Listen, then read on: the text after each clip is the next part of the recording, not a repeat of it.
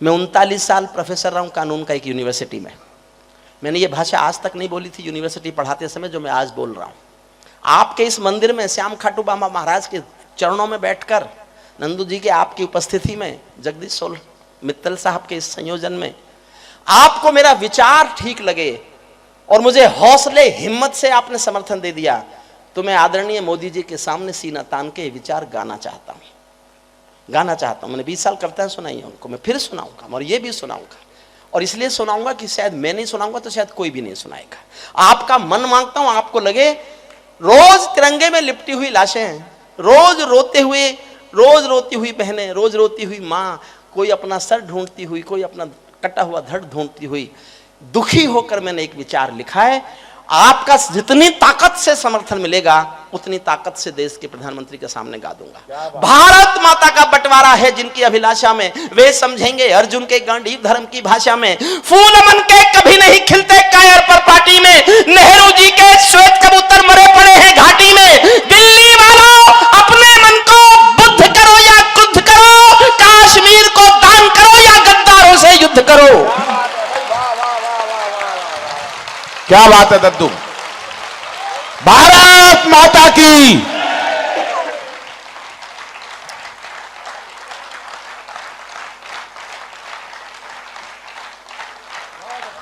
क्या बात है, कमाल। सल्यूट करता हूं आपको।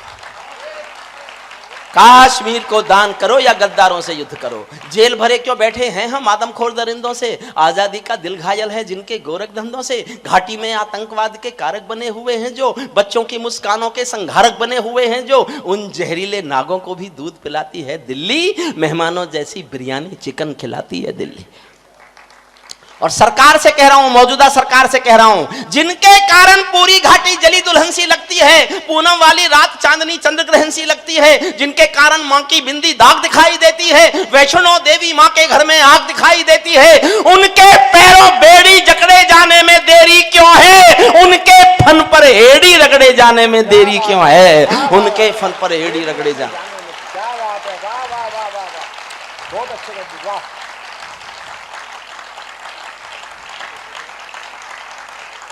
कश्मीर में एक विदेशी देश दिखाई देता है।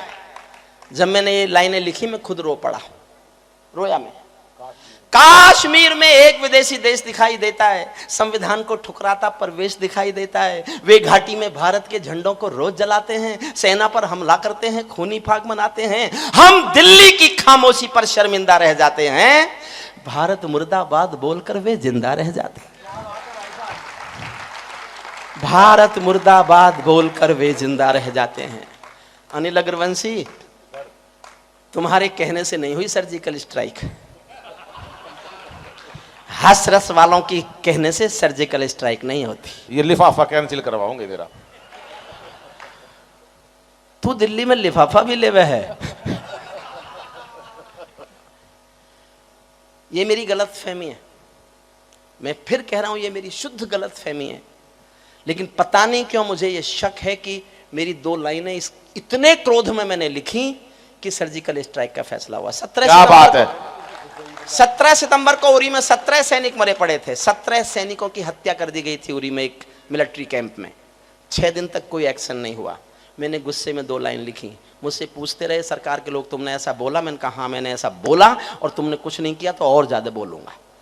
आप मेरा गुस्सा देखना, मैंने जीवन में इतना गुस्सा कभी नहीं किया। क्या बात, स्वागत।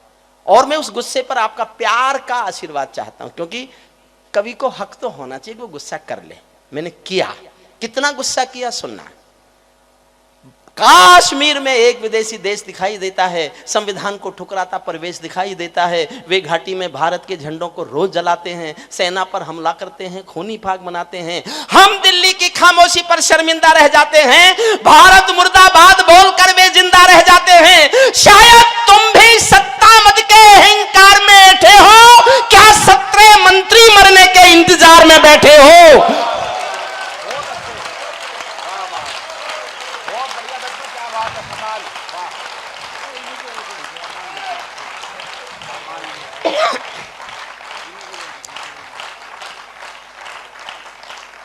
अरुण में बीमार हुआ था, डॉक्टर मुझे मना करते थे कविता पढ़ने मत जाओ। मैं उनसे कहता था कि तुम मेरा तन ठीक कर सकते हो, मेरा मन केवल मेरी जनता ठीक करेगी। और मैं जनता के बीच आया, मुझे लगता है मैं आज ये घोषणा कर दूंगा कि मैं पूर्ण स्वस्थ हो गया। वाह वाह वाह वाह वाह वाह वाह। मैं 15 अगस्त तक खड़े होने के लिए मना किया हुआ है मुझे, लेकिन मुझे आज अगर मैं इतना प्यार से सुनने वाले लोग होते तो मैं शायद आज ही खड़ा होकर पढ़ सकता था और आज ही मेरी 15 अगस्त बन सकती थी। मैं ऐसा महसूस करता हूं। सुनिए, इस साल की अपनी सबसे अच्छी पंक्ति सुना रहा हूं, सबसे अच्छी पंक्ति। शायद तुम भी सत्ता मद के अहंकार में ऐठे हो, क्या 17 मंत्री मरने के इंतजार में बैठे हो, सेना पर पत्थरबाजों को कोई इतना समझा दो। मेरी पंक्ति समझ जाओ तो साहब बता देना कि तुम समझ गए। मेरी इस साल की सबसे अच्छी पंक्ति लगती है मुझे। नंदू साहब आपको समर्पित करता हूं। सेना पर पत्थरबाजों को कोई इतना समझा दो, ये गांधी के गाल नहीं है, उनको इतना बतला दो। क्या बात है, वाह वाह वाह वाह वाह वाह वाह। ये गांधी के गाल नहीं है। मेरा छोटा भाई रोशन कंसल बैठा है। जब राजनीति का बड़ा नेता नहीं था तो कवि सम्मेलन कराया करता था, इतने कराए कि चुनाव हार गया। अब फिर कवि सम्मेलन कराओ, अगर फिर जीतना है तो कवि सम्मेलन करा के जीत सकते हो। बहुत प्यारे दोस्त हैं हमारे, कवि सम्मेलन के प्रति आस्था निष्ठा जगदीश मित्तल साहब के साथ मिलकर। देखिए, राष्ट्रीय कवि संघ में एक बड़ा मंच है, हिंदुस्तान की नई प्रतिभाओं को एक्सपोजर देने के लिए एक बड़ा मंच जो हम कवि बना सकते थे। हम कवि शायद उतना बड़ा काम नहीं कर पाए जितना बड़ा काम जगदीश मित्तल जी ने किया। क्या बात है, हमारा पूरा कवि कुल समाज उनका ऋणी है। लेकिन एक बड़ा प्रयास हमारा अरुण जैमिनी भी कर रहा है। कवि सम्मेलन समिति नाम से बनाई है, हिंदुस्तान के मंचों के कवियों का एक संगठन है। वो भी एक इतना श्रेष्ठ संगठन बन सकता है, थोड़ा सा उसमें और मेहनत कर ली जाए तो वो भी एक आवाज होगी, मंच के समस्त कवियों की एक आवाज होगी। उसमें वो सब कवि भी हैं जो तथाकथित मठाधीश भी हैं, बड़े भी हैं, ज्यादा पैसे लेने वाले भी हैं, सब उसमें हैं। लेकिन मित्तल साहब ने नई प्रतिभाओं को मौका दिया है, वो बड़ा काम है। नई प्रतिभाओं को मंच देना बड़ा काम। सेना पर पत्थरबाजों को कोई इतना बतला दो, ये गांधी के गाल नहीं है, उनको इतना समझा दो। दिल्ली वालों, सेना को भी कुछ निर्णय ले लेने दो, एक बार पत्थर का उत्तर गोली से दे लेने दो। क्या बात है, वाह। एक बार पत्थर का उत्तर गोली से। और मैं एक छंद पढ़ता हूं साहब, कहकर अनुरोध करके देखना चाहता हूं कि मैंने जोश में ज्यादा पढ़ा या आपने जोश में ज्यादा सुना, यह फैसला होगा। आप जोश में ज्यादा सुनेंगे, आपको सर झुका के जाऊंगा, सैल्यूट करके जाऊंगा। मेरे जीवन का सर्वाधिक तेज से गाया जाने वाला छंद है, सुनिएगा। जब चौराहों पर हत्यारे महिमा मंडित होते हों, आतंकवादी मारा जाएगा तो उसके लिए जुलूस निकालोगे, पाकिस्तान ब्लैक डे मानेगा, तब लिखा है मैंने, सेना पर पत्थरबाजों को कोई इतना समझा दो, ये गांधी के गाल नहीं है, उनको इतना बतला दो। जब चौराहों पर हत्यारे महिमा मंडित होते हों, भारत मां की मर्यादा के मंजर खंडित होते हों, जब कृष भारत के नारे हों गुलमर्गा की गलियों में, शिमला समझौता जलता हो बंदूकों की नलियों में, तो केवल आवश्यकता है हिम्मत की, खुददारी की। दिल्ली केवल 2 दिन की मोहलत दे दे तैयारी की। सेना को आदेश थमा दो, घाटी गैर नहीं होगी। जहां तिरंगा नहीं मिलेगा उनकी खैर नहीं होगी। क्या बात है, वाह वाह वाह वाह वाह। नहीं मिलेगा। बहुत बढ़िया दादा, क्या बात है, वाह वाह वाह वाह वाह वाह वाह। क्या बात है, वाह वाह वाह वाह। भारत माता की।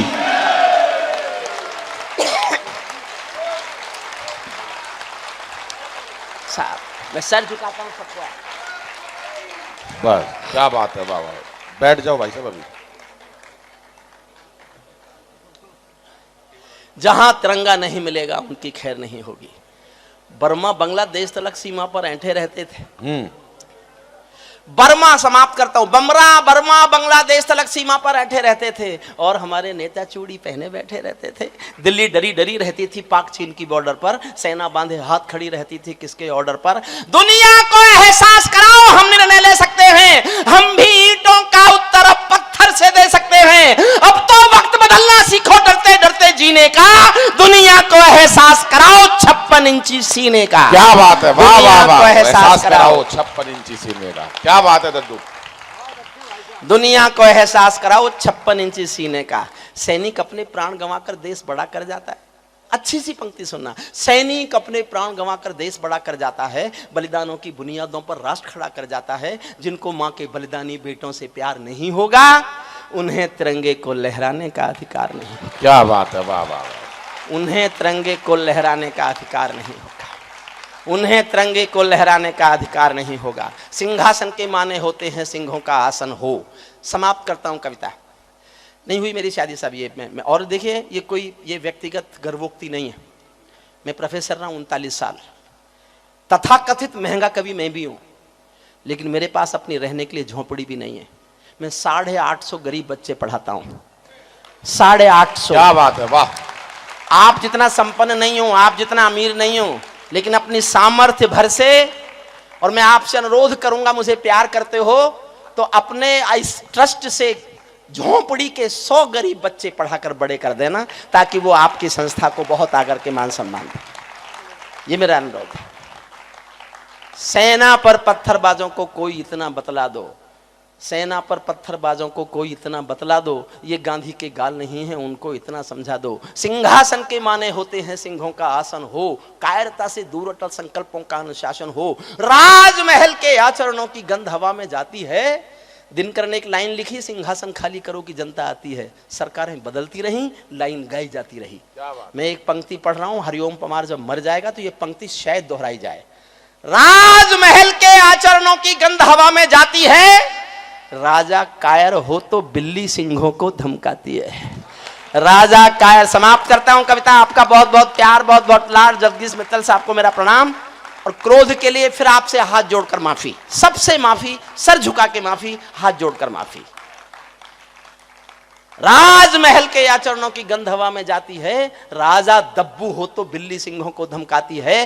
भारत एक अखंड राष्ट्र है, सवा अरब की ताकत है, कोई हम पर आंख उठा ले किसकी भला हिमाकत है। धरती अंबर और समंदर को ये भाषा समझा दो, दुनिया के हर पंच सिकंदर को ये भाषा समझा दो। अब खंडित भारत मां की तस्वीर नहीं होने वाली, कश्मीर किसी के अब्बा की जागीर नहीं होने वाली, कश्मीर किसी के अब्बा की।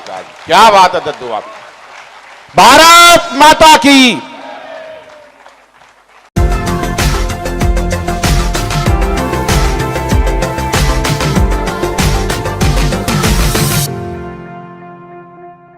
मैं अभिवादन करता हूं आपका, और मैं बस एक आज्ञा मांगता हूं। मैं पिछले दिनों बीमार हो गया था, तो डॉक्टरों ने मुझे अभी खड़े होकर कविता पाठ के लिए मना किया हुआ। आप आज्ञा दे दें तालियां बजाकर, तो मैं बैठ के कविता पढ़ना चाहता हूं। एक मेरा निवेदन और है, जिन पंखों की आवाज़ आ रही है, इस समय मौसम बहुत गर्म नहीं है, मौसम इस समय गर्म नहीं है, मंच पर कोई पंखा नहीं है, हमें कोई गर्मी नहीं लग रही है। मेरा निवेदन है, जो पंखे आवाज़ जिनकी आ रही है उनको बंद कर दें। मैं खड़ग बहादुर जी आपको कितनी बधाइयाँ दूँ, किस तरह से आपकी प्रशंसा करूँ। ये मेरे लिए 40 साल से मैं मंचों पर हूँ, लेकिन किसी भी 40 साल में किसी कवि सम्मेलन के लिए किसी एक व्यक्ति ने उसको उत्सव बनाने के लिए मन प्राण जुटा दिए हों, मैंने 40 साल में इससे बड़ा अवसर नहीं देखा अपने जीवन में। उन्होंने अपने शहर को सांस्कृतिक उत्सव देने के लिए जो उपक्रम किया, आदरणीय डॉक्टर सुनीता जी, खड़ग बहादुर जी, उन्होंने अपने माता पिता के नाम पर उनकी स्मृतियों के लिए समर्पित एक ऐसा उत्सव आजमगढ़ को दिया। ये कैफी आजमी साहब की धरती है, ये श्याम नारायण पांडे जी की धरती है। इस धरती पर किसी भी कवि का आकर कविता पाठ करना अपने में तीर्थ कर लेने के बराबर है। मुझे याद आता है, मैं 25-30 साल पहले एक बार शायद आया था, मुझे ये भी हो सकता है गलत याद हो। पंखों की आवाज जब तक आ रही है मैं बोलना चाहता हूँ, कृपया उन पंखों को जो उनके पास बैठे वो बंद कर लें, और जो बहुत पीछे बैठे आगे आ जाए। मैं एक आध कविता तो सुनाऊंगा जो मेरा नाम शुरू से इस तरह लिया जा रहा है जैसे कांग्रेस राहुल गांधी जी का लेती है, और मेरी भी हालत वही हो जाएगी वैसे तो, अगर सब जा चुके हैं। आदरणीय अंजुम जी का गला खराब है, फिर भी उन्होंने बहुत बहुत मन से आपकी फरमाइशें पूरी की, अपनी नई भी गजलें सुनाई। वो भी चाहें तो अस्वस्थ होने के कारण वो भी जा सकते हैं, मुझे असुविधा नहीं है। आप जानते हो सबसे बाद वाले कवि की हालत क्या होती है? हाँ भाई, मेरा नंबर अक्सर, हालांकि मैं पिछले कई सालों से रात के 1-2 बजे के बाद कोई कविता पाठ नहीं करता, लेकिन ये अर्जुन सिसोदिया छोटा भाई, खड़ग बहादुर जी का ये समर्पण निष्ठा इस कार्यक्रम के लिए, उसने मुझे मेरे नियम तोड़ने के लिए मजबूर किया। लेकिन आखिरी कवि की हालत सुनो, जैसे ही आप पंखे बंद कर देंगे मेरी आवाज आपको कितनी अच्छी लगेगी आप इसकी कल्पना नहीं कर रहे। पंखे जिनके पास या कूलर जिनके पास हैं कोई एक जिम्मेदार आदमी जाके उनको बंद कर दे। तो जनरेटर तो बंद मत करना। कोई नहीं, ये लाइट और बंद करा दीजिए, इस लाइट की जरूरत नहीं है। सबसे आखिरी कवि की हालत समझो क्या होती है। आपने कभी सड़क पर ठेले के कोल्हू में गन्ने का रस निकलते देखा है? गन्ना होता है इधर, खूब होता है। गन्ने को एक बार कोल्हू में डालते हैं, उसी गन्ने को फिर मोड़ के दोबारा कोल्हू में डाल देते हैं, और कई बार तो तिबारा भी पीछे से उठा के उसको फिर कोल्हू में डाल देते हैं। और जब वो गन्ना बिल्कुल खोकस खोई हो जाता है, तब मुझसे कहते हैं कि अब इसमें तू रस निकाल के दिखा। नहीं निकला, मैं नींबू फंसा के कोशिश करूंगा, और जब तक ताली नहीं बजाओगे तब तक रस निकालने की कोशिश करो। मैं जानता हूं बहुत कठिन टक्कर है, मैंने अरुण जैमिनी के समय देख लिया था। मुझे बैठने की अनुमति आप दे चुके हैं, मैं बैठ के कविता सुना।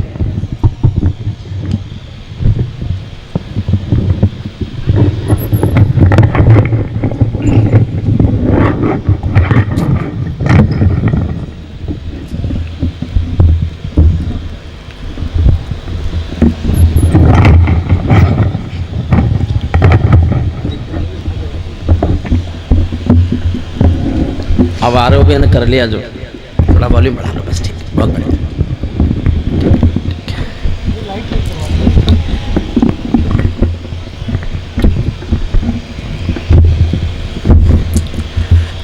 देखिए, ये मुल्क आस्था का मुल्क है, निष्ठा का, परंपरा का।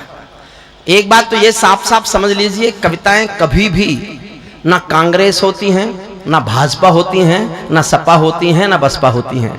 कविताएं संस्कार होती हैं, कविताएं संस्कृति होती हैं, कविताएं परंपराएं होती हैं, कविताएं देश होती हैं। इसलिए कविताओं में आप किसी दल का हित और अहित मत खोजिएगा। आस्थाओं का मुल्क है ये। 9 सेकंड की एक कहानी सुनाता हूं, इसलिए कि मैं जानना चाहता हूं मुझसे कितने लोग जुड़ गए। एक बाप बेटी जा रहे थे किसी रास्ते में, उनको तेज बाढ़ का पानी मिल गया। दोनों घबरा गए कि कैसे पार करेंगे। पिता ने हिम्मत करके कहा कि बेटी डरो मत, तुम मेरा हाथ पकड़ लो, हम पार निकलेंगे। बेटी ने कहा पापा मैं आपका हाथ नहीं पकड़ूंगी, आप मेरा हाथ पकड़ लो। पिता ने कहा बेटी क्या फर्क पड़ता है, तुमने मेरा हाथ पकड़ा या मैंने तुम्हारा हाथ पकड़ा? साहब जहां तक मेरी बात पहुंच जाए, मैं वहां तक के लोगों के हाथ खुले देखना चाहता हूं, सिर्फ ये जानने के लिए कि मैं कितनी देर आपके बीच सुना जाऊंगा। पिता ने कहा बेटी क्या फर्क पड़ता है, मैंने तुम्हारा हाथ पकड़ा या तुमने मेरा हाथ पकड़ा?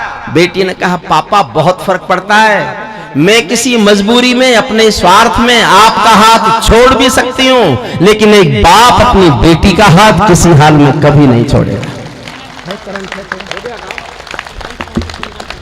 मैं भी एक बहुत आसान कविता शुरू करता हूं, और जैसे ही मुझे लगेगा आप मुझे सुनने के लिए तैयार हो गए, फिर एक वो कविता सुना के जाऊंगा जो सुनाने के लिए आया। हाँ भाई सर। उससे पहले अर्जुन ने, हमारे गजेंद्र सोलंकी ने, जो मेरी विधा के लोग हैं, हमारे गफ्फार भाई ने, सबने बहुत अच्छा पढ़ा, सबने बहुत अच्छा पढ़ा, सबने सचमुच शुरू से अब तक, निर्भीक से प्रारंभ हुआ, सबने श्रेष्ठ कविता पाठ किया। मैं इन तमाम कवियों से ये पूछता हूं, जब इनको मालूम था कि हरिओम पवार मंच पे है, फिर इनको जमने की क्या जरूरत थी? देखो ये काम जिसका है उसी को अच्छा लगता है। अब मैं तुम्हें सिखाता हूं जमा कैसे जाता है।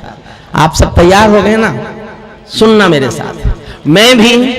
मैं भी गीत सुना सकता हूँ शबनम के अभिनंदन के, मैं भी गीत सुना सकता हूँ शबनम के अभिनंदन के, मैं भी ताज पहन सकता हूँ नंदन वन के चंदन के, लेकिन जब तक पगडंडी से संसद तक कोलाहल है, तब तक केवल गीत लिखूंगा जनगण मन के क्रंदन के, तब तक केवल गीत लिखूंगा। वाह भाई, सैल्यूट करता हूँ आपको।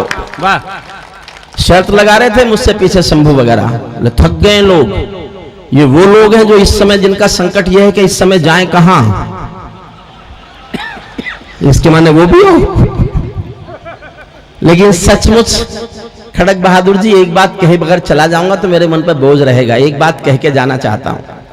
आपका मन प्राण, आपका यह उत्सव, आजमगढ़ की जनता का समर्पण, आजमगढ़ की जनता का कविता को प्यार, और प्रारंभिक कवि से लेकर आदरणीय अंजुम जी तक जिस तरह आपने कविता को सुना, मैं कह के जाना चाहता हूं। मैं 30 साल लाल किले गया हूं कविता पढ़ने, लेकिन जिस मन से आज आपने कविताएं सुनी है, मैं 30 साल के लाल किले के 30 कवि सम्मेलन खड़ग बहादुर जी के एक कवि सम्मेलन पर न्यौछावर करने की घोषणा करता हूं। वाह वाह भाई साहब।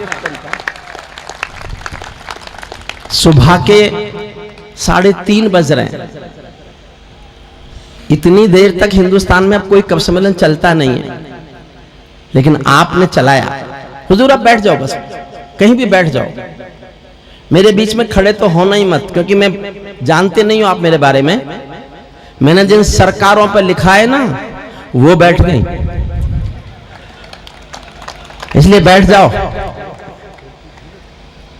फिर से पढ़ता हूं और कुछ पंक्तियां पढ़ के फिर मैं एक कविता जो सुनाने आया हूं कश्मीर पर, वो आपको सुनाऊंगा। मैं भी गीत सुना सकता हूं शबनम के अभिनंदन के, मैं भी ताज पहन सकता हूं नंदनवन के चंदन के, लेकिन जब तक पगडंडी से संसद तक कोलाहल है, तब तक केवल गीत लिखूंगा जनगण मन के क्रंदन के। जब पंछी के पंखों पर हो बहरे बम के गोली के, जब पिंजरे में कैद पड़े हो सुर कोयल की बोली के, जब धरती के दामन पर हो दाग लहू की होली के, कोई कैसे गीत सुना दे बिलिया कुमकुम रोली के, कोई कैसे गीत सुना दे बिलिया कुमकुम रोली के। मैं झोपड़ियों का चारण हूँ, आंसू गाने आया हूँ। मैं किसान का बेटा हूँ, झोपड़ी में पैदा हुआ। झोपड़ी के आंसू, आंसू की वेदना, वेदना की त्रासदी की विसंगति 40 साल से गा रहा हूँ। और मैं पिछले 40 साल से हिंदुस्तान की हर सरकार का स्थायी विपक्ष हूँ, स्थायी विपक्ष।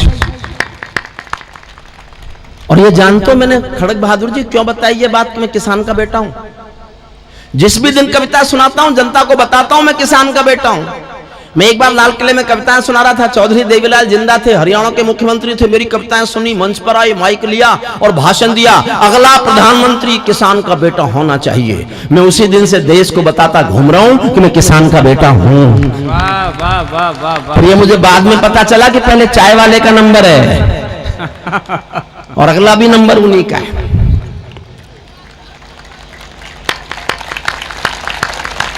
आप इतने समझदार हो तो मेरा काम चल जाएगा। आप सुन, मैं झोपड़ियों का चारण हूँ, आंसू गाने आया हूँ, घायल भारत माता की तस्वीर दिखाने लाया हूँ। कहाँ बनेंगे मंदिर मस्जिद, कहाँ बनेगी राजधानी, मंडल और कमंडल पी गए सबकी आंखों का पानी। प्यार सिखाने वाले बसते मजहब के स्कूल गए, इस दुर्घटना में हम अपना देश बनाना भूल गए। कहीं बमों की गर्म हवा है और कहीं त्रिशूल जले, शाम चरैया सोले टंगे पंछी गाना भूल चले। आँख खुली तो पूरा भारत नाखूनों से त्रस्त मिला, जिसको जिम्मेदारी दी वो घर भरने में व्यस्त मिला, जिसको जिम्मेदारी दी वो घर भरने में व्यस्त मिला। क्या ये ही सपना देखा था भगत सिंह की फांसी ने, जागो राजघाट के गांधी तुम्हें जगाने आया हूँ, घायल भारत माता की तस्वीर। 6 लाइन और पढ़ता हूँ साहब, और 6ठी लाइन आपके दिल में तीर की तरह चुभ जाए तो एक बार आकाश भर तालियां सुनना चाहता हूं, उसके बाद मैं वो कविता सुनाऊंगा जो मैं सुनाने आया हूं। 6 लाइन और सुन लीजिए बस। स्वागत भाई साहब। 6ठी पंक्ति पर मैं चाहता हूं कि मैं जानूं कि आप मुझसे ठीक से जुड़ गए। घायल भारत माता की तस्वीर दिखाने आया हूं, अंधकारों में समा गए जो तूफानों के बीच जले। अंधकार, हुजूर बैठ जाओ। हे आर्यपुत्र,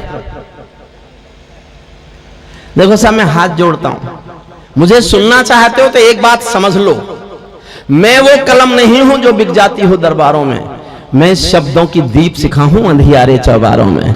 मैं वाणी का राजदूत हूं, सच पर मरने वाला हूं, डाकू को डाकू कहने की हिम्मत करने वाला हूं। मेरी कलम वचन देती है अंधियारों से लड़ने की, राजमहल के राजमुकुट के आगे तनकर अड़ने की। उस कवि का मर जाना ही अच्छा है जो खुददार नहीं, देश जले मैं कुछ ना बोलूं, मैं ऐसा गद्दार नहीं। 6 लाइन और पढ़ रहा हूं, फिर मैं एक कविता सुनाऊंगा बस, अरुण जी ने जो मुझे बताई है वो सुनिएगा। 6ठी पंक्ति दिल में तीर की तरह चुभ जाए तो एक बार आकाश भर तालियां सुना देना, फिर कविता सुनाऊंगा। अंधकारों में समा गए जो तूफानों के बीच जले, अंधकारों में समा गए जो तूफानों के बीच जले। मंजिल उनको मिली कभी जो 4 कदम भी नहीं चले। क्रांति कथा में दौड़ पड़े हैं, क्रांति कथा में दौड़ पड़े हैं गुमनामी की बाहों में, गुंडे तस्कर तने खड़े हैं राजमहल की राहों में। यहाँ शहीदों की पावन गाथाओं को अपमान मिला, डाकू ने खादी पहनी तो संसद में सम्मान मिला, डाकू ने खादी पहनी तो संसद। वाह वाह भाई साहब। अब आप सुनने के लिए तैयार हो गए? अब मैं वो कविता सुनाना चाहता हूं जो मैं सुनाना है। देखो साहब, मैं मोदी जी के बारे में एक वाक्य बोलता हूं बस, मैं राजनीति पर वाक्य नहीं बोलता। उनसे गलतियां हो सकती हैं, उनसे भूलें भी हो सकती हैं, लेकिन देश के प्रति प्यार और निष्ठा में मैं उन पर कोई शक करने के लिए तैयार नहीं है। मैंने और सबसे अलग भी है, मैं ये भी मानता हूं। 65 सालों में नेताओं ने नोट बांटे, वोट ले ली, नोट बांटे, वोट ले ली, नोट बांटे, वोट ले ली। आपने कहीं ऐसा नेता देखा जिसने नोट छीन के वोट ले ली? छीन छीन के वोट ले ली। लेकिन जो मैं कहना चाहता हूं वो सुनिए, दिल पर हाथ रखकर सुनना। ये पाकिस्तान हमसे डरता क्यों नहीं है? हमने चीन को 2 कदम में पीछे हटाकर दुनिया को बता दिया कि भारत 1962 का भारत नहीं है, लेकिन हम पाकिस्तान को नहीं डरा सके। 1971 में इंदिरा गांधी की पिटाई के बाद फिर कभी पाकिस्तान हमसे नहीं डरा। क्यों नहीं डरता? और मैं ये कहने का हक मांगता हूं आपसे, आजमगढ़ के लोगों, कैफी आजमी की धरती है, श्याम नारायण पांडे की धरती है। माना मोदी जी देश की हर समस्या हल कर देंगे, डीजल 10 रुपए मिलेगा, पेट्रोल 12 रुपए मिलेगा, हवाई जहाज का टिकट 100 रुपए का मिलेगा, सब्जियां फ्री हो जाएंगी, रेलें फ्री चलेंगी। फिर भी अगर कश्मीर से हमारे बेटे तिरंगे में लिपट कर आते रहेंगे तो देश मोदी जी से भी जवाब मांगेगा, मोदी जी से भी जवाब मांगेगा। अर्जुन, अब तुम मुझे देखो। हाँ हाँ भाई। आदरणीय सुनीता जी से कुछ मत कहो, उनको भी सुनने दो। क्या कह रहा है? ये व्यवस्था मेरे समय में होती है क्या? मैं 2 लाइन मैं तय करना चाहता हूं कि इस तेवर को आजमगढ़ सुनना चाहता है कि नहीं सुनना चाहता। क्यों नहीं डरता पाकिस्तान, और कैसे डर सकता है पाकिस्तान? 2 पंक्तियां हैं। तेवर आपने स्वीकार लिया तो मैं पूरी कविता सुनाऊंगा, आधी ताली बजी तो आधी कविता सुनाऊंगा, चौथाई तालियां बजी तो चौथाई कविता सुनाऊंगा, और कोई भी ताली नहीं बजाएगा तो दूसरी कविता सुनाऊंगा। इसको छोड़ दूंगा। मैं मानूंगा कि इस तेवर को आजमगढ़ सुनना नहीं चाहता। मैं जानना चाहता हूं कि आजमगढ़ मेरा तेवर सुनना चाहता है कि नहीं सुनना चाहता। 2 लाइन पर चाहता हूं आपकी प्रतिक्रिया। स्वागत भाई। ये पाकिस्तानी गालों पर दिल्ली के चांटे होते, ये पाकिस्तानी गालों पर दिल्ली के चांटे होते, गर हमने 2 के बदले में 20 शीश काटे होते। वाह वाह वाह वाह वाह वाह वाह। यही सुनना चाहते हैं साहब? तो एक बार आकाश भर तालियां मुझे सुना दीजिए, फिर यही तेवर आपको सुनाऊं। वाह भाई साहब, वाह। हमारे सैनिकों का सर काटा गया, 3 सैनिकों का सर काटकर पाकिस्तान अपनी सीमा में ले गया, और हम बातचीत करते रहे। मैंने अर्जुन से पूछा, मेरा छोटा भाई है, लेकिन प्रज्ञा मेधा में छोटे भी बड़े होते हैं। बहुत प्रज्ञा मेधावान कभी आज उसने जिस तरह से संचालन किया और आजमगढ़ की इस कार्यक्रम को यादगार बनाया, मैं अर्जुन को बधाई देता हूं। मैंने अर्जुन से पूछा, अर्जुन एक बात मेरी समझ में नहीं आई, मैं बड़ा जरूर हूं लेकिन मैं नहीं समझ पा रहा, पाकिस्तान हमारे सैनिक का सर काटकर अपनी सीमा में ले गया, उसका करेगा क्या? तो बड़ा जवाब दिया अर्जुन ने। अपने इस संचालक को जी भरकर तालियों से सहेजना। अर्जुन ने कहा, भाई साहब उसकी फौज कायर है। 1971 में बांग्लादेश बनते समय जिस मुल्क के त्राण में 1000 लोग हथियार डाल दें, उस मुल्क की फौज आज भी कायर है। वो शायद अपनी कायर फौज को दिखाना चाहता होगा कि बहादुर हिंदुस्तानी फौजी बेटे का सर होता कैसा है, जो कट तो सकता है लेकिन कभी झुक नहीं सकता। बस 10 सेकंड और दे देना। मैंने लिखी क्यों ये कविता, खड़क बहादुर जी आपको समर्पित करता हूं। मैंने लिखी क्यों ये कविता? एक पिंजरे में पालतू तोता था किसी के पास। एक दिन मालिक ने तोते से कहा, मैं पड़ोसी गांव जा रहा हूं, तेरा शाम तक का खाना मैंने पिंजरे में रख दिया है, खा लेना। तोता बोला, मालिक उस गांव में तो मेरे गुरुदेव रहते हैं। मालिक बोला, तो मैं क्या करूं?